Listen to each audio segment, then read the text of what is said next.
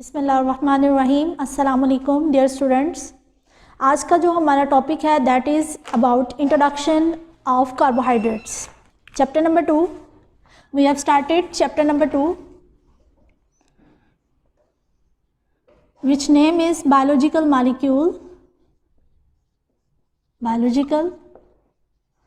molecules and we will discuss different biological molecules, carbohydrates, proteins, lipids and nucleic acids. And the first biomolecule which I am going to discuss in today's lecture is carbohydrates.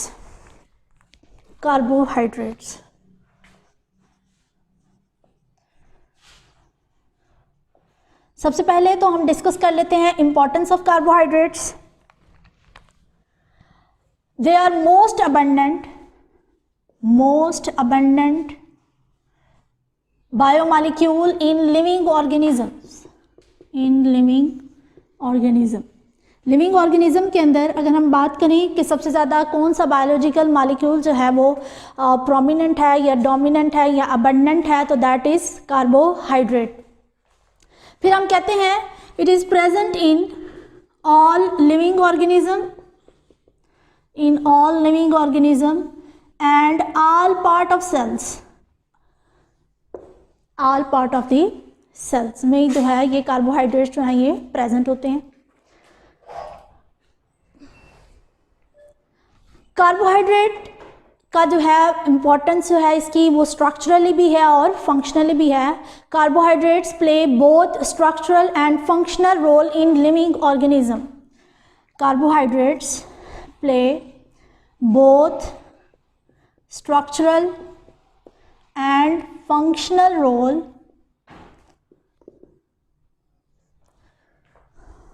in living organism।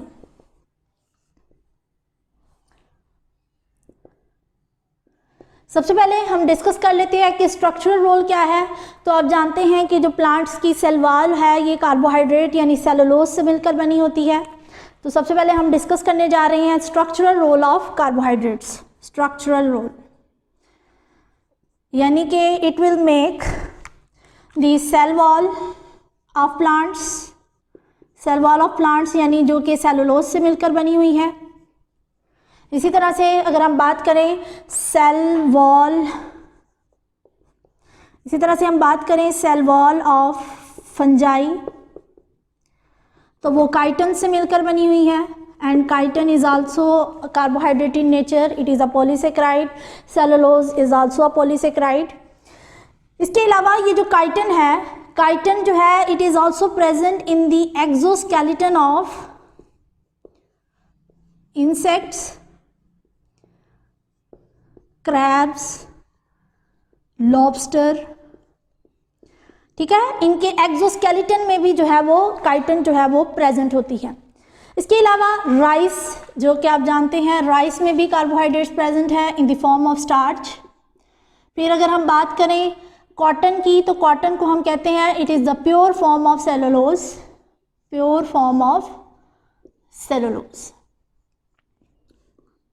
अगर हम storage form में देखें तो carbohydrates जो है वो serials में present हैं, रूट ट्यूबर्स में प्रेजेंट है, cane sugar and milk sugar. ठीक है, तो ये तो हमने देख ली कि नेचर में इसकी अक्रंस क्या है और ये किस तरह से इम्पॉर्टेंट है। इम्पॉर्टेंस में सबसे पहले हमने देख लिया कि इसका स्ट्रक्चरल रोल है, यानी लिविंग ऑर्गेनिजम्स के स्ट्रक्चर को बनाने में भी कार्बोहाइड्रेट्स जो है वो रोल प्ले करते हैं। और इसके साथ साथ मैंने बताया कि ये फंक्शन में भी रोल प्ले करते हैं। तो अब हम देखते हैं functional role of carbohydrates. Functional role of carbohydrates. जी, तो फंक्शनल रोल ऑफ कार्बोहाइड्रेट्स क्या है, इसमें याद रखिएगा carbohydrates are the source of energy, कि ये क्या है हमारे पास सोर्स ऑफ एनर्जी है। सोर्स ऑफ एनर्जी ये किस तरह से है देखिएगा। सोर्स ऑफ एनर्जी ये इस तरह से है कि इनके अंदर जो कार्बन और हाइड्रोजन बॉन्ड है ये जब ब्रेक होता है, यानी इसको हम कहते हैं it is the carbon to hydrogen bond is the potential source of energy, is the potential source of energy. यानी कि जब ये वाला बॉन्ड ब्रेक होगा एनर्जी रिलीज होगी, और ये वाली एनर्जी जो है वो डिफरेंट एक्टिविटीज़ में ऑर्गेनिज्म जो है वो इसको यूटिलाइज करते हैं। जैसे ग्लूकोज है, ये वाटर में इजीली सॉल्युबल है, ठीक है, यानी कि हमारे लिविंग ऑर्गेनिजम्स के अंदर जो क्विक सोर्स ऑफ एनर्जी है दैट इज ग्लूकोज, ठीक है। या फिर हम ग्लूकोज की बजाय हम ये भी कह सकते हैं the quick source of energy in organisms are carbohydrate, ठीक है। कार्बोहाइड्रेट से हमें फौरी तौर पर जो है वो एनर्जी मिलती है। उसके बाद यहाँ पर सोर्स क्या है, सोर्सेज ऑफ कार्बोहाइड्रेट्स। हम कार्बोहाइड्रेट्स कहाँ से लेते हैं? We get carbohydrates from green plants. Green plants carbohydrates को सिंथेसाइज करते हैं by the process of photosynthesis, और हम कहते हैं कि carbohydrates are the primary products of photosynthesis.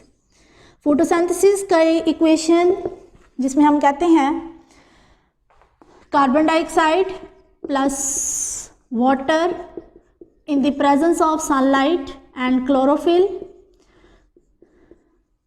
it will synthesize glucose C6H12O6 plus 6O2 oxygen plus 6H2O। तो यहाँ पर आप देख सकते हैं ये एक इक्वेशन है फोटोसिंथेसिस के रिएक्शन की। तो आप देख सकते हैं कि यहाँ पर फोटोसिंथेसिस के रिएक्शन में जो पहली प्रोडक्ट, या हम कहते हैं कि जो प्रोडक्ट बनती है primary product that is glucose, and glucose is a carbohydrate, ठीक है। तो इसी तरह से कार्बोहाइड्रेट को हम स्ट्रक्चरली भी, कार्बोहाइड्रेट्स जो है वो इम्पॉर्टेंट हैं और फंक्शनली भी जो है वो इम्पॉर्टेंट है। और सोर्स इनका क्या है? Green plants. ग्रीन प्लांट्स जो है फोटोसिंथेसिस का रिएक्शन, और हम कहते हैं कि ये जो फोटोसिंथेसिस का रिएक्शन है ये एनाबॉलिक रिएक्शन है। This one is anabolic reaction. Anabolic reaction इसको क्यों कह रही है? क्योंकि इसके अंदर सिंथेसिस हो रही है। अगर इसमें ब्रेकडाउन हो रही होती तो उसको हम कहते हैं दैट इज़ कैटाबॉलिक रिएक्शन। यानी ग्लूकोज अगर ब्रेकडाउन हो, जिस तरह हम कहते हैं कि ग्लाइकोलिसिस के अंदर ग्लूकोज की ब्रेकडाउन होती है, तो वो उस वक्त वो रिएक्शन जो है वो कैटाबॉलिक होता है जिसमें ब्रेकडाउन होती है। लेकिन जिसमें सिंथेसिस हो दैट इज़ एनाबॉलिक रिएक्शन। अब हम देखते हैं कार्बोहाइड्रेट्स को दो तरह से डिफाइन किया जाता है। कार्बोहाइड्रेट्स की डेफिनेशंस देख लेते हैं कि कार्बोहाइड्रेट्स को डिफाइन कैसे करेंगे।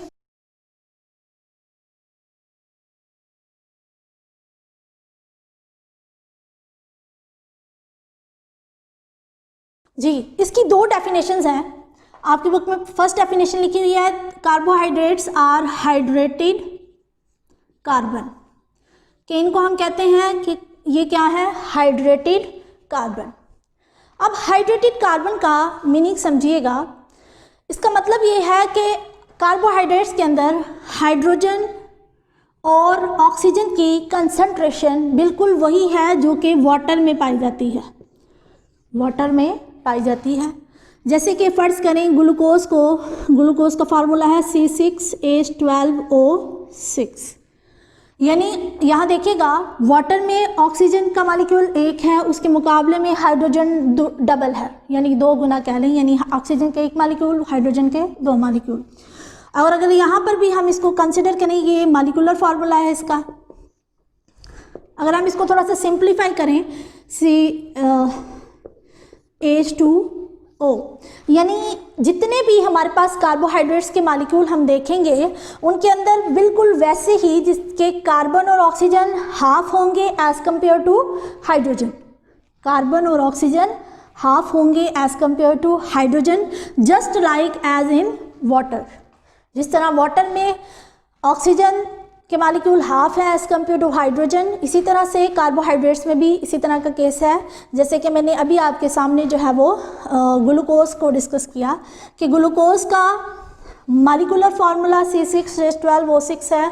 अगर हम इसका एम्पिरिकल फार्मूला निकालें तो एम्पिरिकल फार्मूला ये शो कराता है कि यहाँ पर भी जो वाटर की कंसंट्रेशन है, वाटर हाइड्रोजन और ऑक्सीजन की कंसंट्रेशन है वो बिल्कुल सेम है जैसे कि वाटर में है। इसी तरह से अगर हम सुक्रोज को कंसिडर करें C12H22O11, अगर इसको भी सिंप्लीफाई करें तो यहाँ पर भी आप देख सकते हैं कि बिल्कुल वैसी ही रेशो आ जाती है हाइड्रोजन और ऑक्सीजन की जैसी कि वाटर में पाई जाती है। ठीक है, तो ये मतलब है हाइड्रेटेड कार्बन का। उसके बाद केमिकली अगर हम कार्बोहाइड्रेट्स को डिफाइन करें तो हम कहते हैं chemically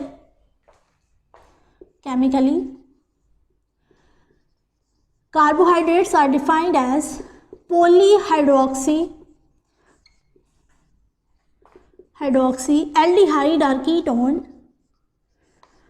aldehyde or ketone are complex substances, यानी या तो वो एल्डिहाइडिक शुगर होगी या फिर वो कीटोनिक शुगर होगी या फिर वो कॉम्प्लेक्स सब्सटेंस होगा or complex substances which on hydrolysis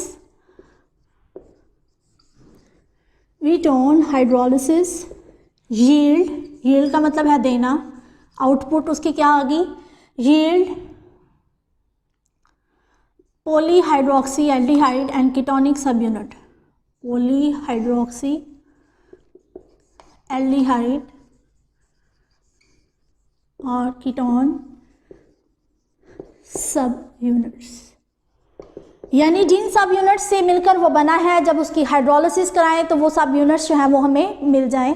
जैसे कि अगर हम सेलुलोज की बात करें तो सेलुलोज की जब हाइड्रोलिसिस होगी तो हमारे पास ग्लूकोज के मालिक्यूल्स आ जाएंगे, यानी कि बहुत सारे ग्लूकोज के मालिक्यूल्स जब ज्वाइन करते हैं तो हमारे पास सेलुलोज जो है वो बनता है।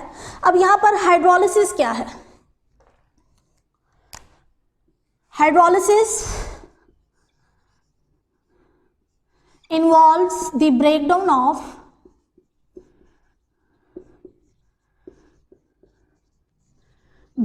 of complex substances into simpler ones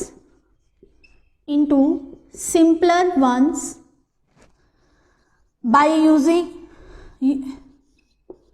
water molecule, यानी कि यहाँ पर जो ब्रेकडाउन होगी कॉम्प्लेक्स मालिक्यूल की into simple molecule by the uses of water molecule, तो इसको हम कहते हैं ये क्या है हाइड्रोलिसिस। तो ये हमने यहाँ पर डिफाइन किया कि कार्बोहाइड्रेट्स को जो है वो हम केमिकली कैसे डिफाइन करेंगे। फिर यहाँ पर एक और बात आपकी बुक में डिस्कस की गई है कि कार्बोहाइड्रेट्स के मालिक्यूल जो हैं ये डिफरेंट दूसरे मालिक्यूल्स मैक्रो मालिक्यूल्स के साथ भी इंटरेक्शंस जो हैं वो डेवलप करते हैं। देखिएगा हम कहते हैं कि कार्बोहाइड्रेट्स जो हैं वो डिफरेंट दूसरे जो हैं हमारे पास बायोलॉजिकल मालिक्यूल्स उनके साथ इंटरेक्शन डेवलप करते हैं। जैसे कि फ़र्ज़ करें कि लिपिड्स के साथ इंटरेक्शंस डेवलप कर सकते हैं या कह लें प्रोटीन्स के साथ इंटरेक्शंस जो है वो डेवलप कर सकते हैं। यानी कार्बोहाइड्रेट्स अगर लिपिड्स के साथ इंटरेक्शन डेवलप करें तो इन्हें हम कहते हैं ग्लाइकोलिपिड्स। और अगर कार्बोहाइड्रेट्स प्रोटीन्स के साथ इंटरेक्शन डेवलप करें तो इन्हें हम कहते हैं ग्लाइकोप्रोटीन्स।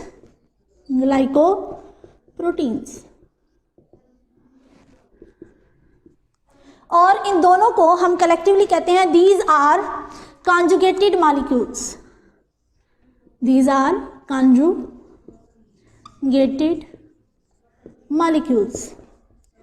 यानी कि ये ग्लाइकोलिपिड्स और ग्लाइकोप्रोटीन्स जो हैं ये हमारे पास कॉन्जुगेटेड मॉलिक्यूल्स हैं। कॉन्जुगेटेड इन्हें क्यों कहते हैं? क्योंकि ये कॉन्जुगेशन के प्रोसेस से बने हैं, ठीक है, और दोनों ही मैक्रो मॉलिक्यूल्स हैं।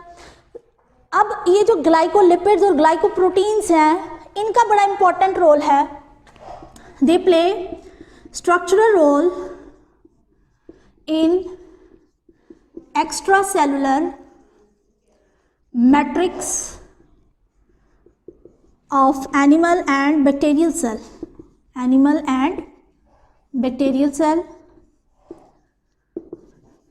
इसके साथ साथ ये जो ग्लाइकोलिपिड्स और ग्लाइकोप्रोटीन्स हैं, ये प्लाज्मा मेम्ब्रेन का स्ट्रक्चर बनाने में भी रोल प्ले करते हैं, play structural role in plasma membrane. ठीक है, तो ये कुछ इंट्रोडक्शन है कार्बोहाइड्रेट्स का, जिसमें हमने देखा कि कार्बोहाइड्रेट्स की इम्पोर्टेंस क्या है, इसका स्ट्रक्चरल रोल क्या है, इनका फंक्शनल रोल क्या है। स्ट्रक्चर में हमने कहा कि सेल वॉल बनाता है प्लांट्स की और फंजाई की। प्लांट्स की सेल वॉल सेलुलोज से बनी हुई है, फंजाई की सेल वॉल काइटन से बनी हुई है, और सेलुलोज और काइटन दोनों ही क्या है, हमारे पास कार्बोहाइड्रेट हैं, पॉलीसेकेराइड इन नेचर है। फिर अगर हम इनका फंक्शनल रोल देखें तो फंक्शन के हिसाब से ये क्विक सोर्स ऑफ एनर्जी है, ठीक है, यानी इनके अंदर जो कार्बन टू हाइड्रोजन बॉन्ड है वो ब्रेक होता है, एनर्जी रिलीज होती है, और उसकी मदद से ऑर्गेनिज्म जो है वो डिफरेंट एक्टिविटीज़ जो हैं वो परफॉर्म करते हैं। फिर हमने इसको डिफाइन किया कि they are hydrated carbon. Hydrated carbon का क्या मतलब है? मतलब ये है कि जो रेशियो हाइड्रोजन और ऑक्सीजन की वाटर में पाई जाती है वही कार्बोहाइड्रेट्स में पाई जाती है। फिर हमने इसको केमिकली डिफाइन किया, इंशाल्लाह इसको हम मोनोसेक्राइड्स में भी डिस्कस करेंगे, इसकी क्लासिफिकेशन में भी, कि ये क्या है, पॉलीहाइड्रोक्सी एल्डिहाइड एंड कीटोन। जब इनकी ब्रेकडाउन होती है तो उनसे वो सब यूनिट्स जो है वो अटेन हो जाते हैं। जैसे कि अगर सेलुलोज को ब्रेक डाउन करें तो हमारे पास क्या आ जाएगा, ग्लूकोज के मालिक्यूल्स आ जाएंगे, क्योंकि सेलुलोज जो है वो बहुत सारे ग्लूकोज के मालिक्यूल्स के जुड़ने से जो है वो बनता है। इसके बाद हमने कहा कि कार्बोहाइड्रेट्स दूसरे डिफरेंट मालिक्यूल्स के साथ भी इंटरेक्शंस जो है वो डेवलप करता है। जैसे लिपिड्स के साथ अगर डेवलप कर ले तो हम कहते हैं ग्लाइकोलिपिड्स, अगर प्रोटीन्स के साथ डेवलप कर ले तो ग्लाइकोप्रोटीन्स, और इनको हम कहते हैं दीज आर कॉन्जुगेटेड मालिक्यूल्स। और ये कॉन्जुगेटेड मालिक्यूल्स बहुत इंपॉर्टेंट रोल प्ले करते हैं ये जो है एनिमल्स और बैक्टीरिया की सेल में, और हमारे ऑर्गेनिजम्स की जो एनिमल सेल है इसकी जो प्लाज्मा मेम्ब्रेन है इसके अंदर भी ये जो हमारे पास कॉन्जुगेटेड मॉलिक्यूल्स हैं बहुत इंपॉर्टेंट रोल प्ले करते हैं। इंशाल्लाह ये आप चैप्टर 4 में कमिंग लेक्चर्स में आप पढ़ते जाएंगे। आज के लिए इतना ही, थैंक यू, अल्लाह हाफिज़।